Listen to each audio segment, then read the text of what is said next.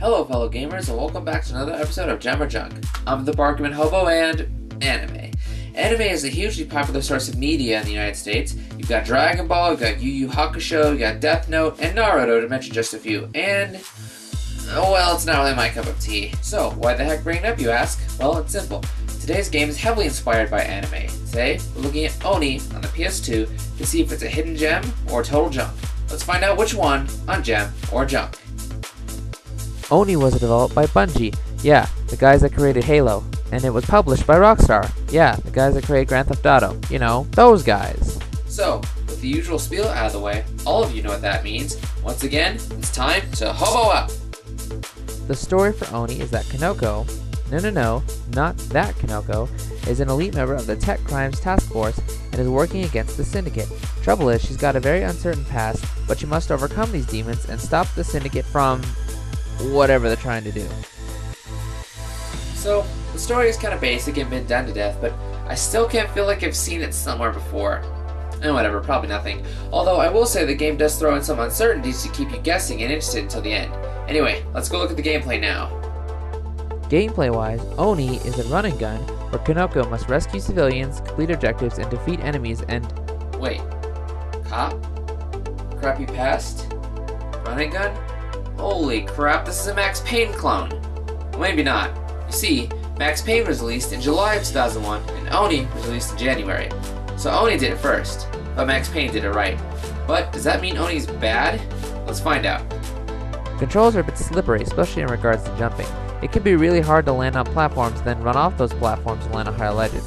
It's not bad once you get used to it though, but until you do, get ready to miss your jumps.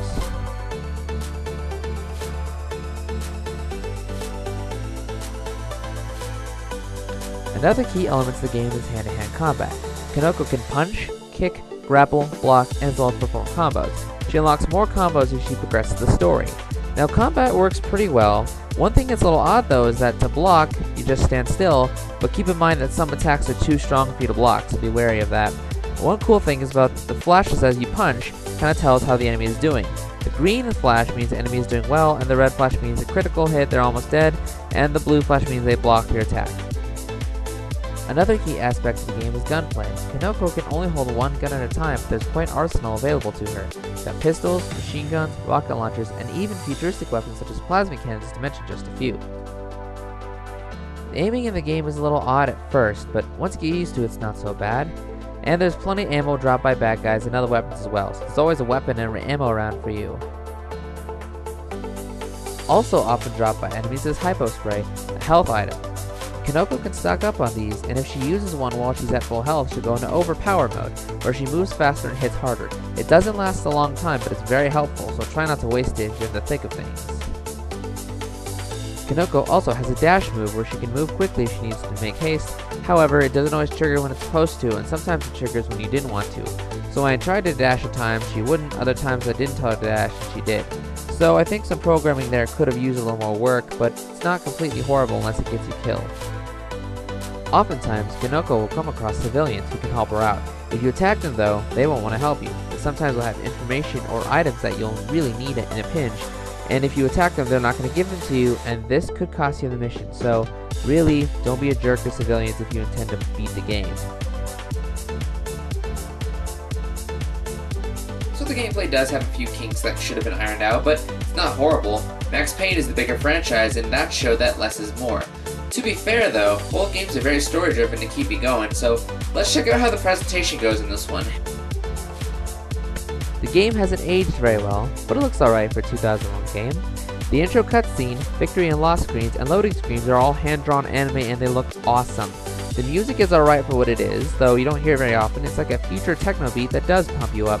And overall, the game looks and sounds pretty good for what it is. Okay, so that's Oni.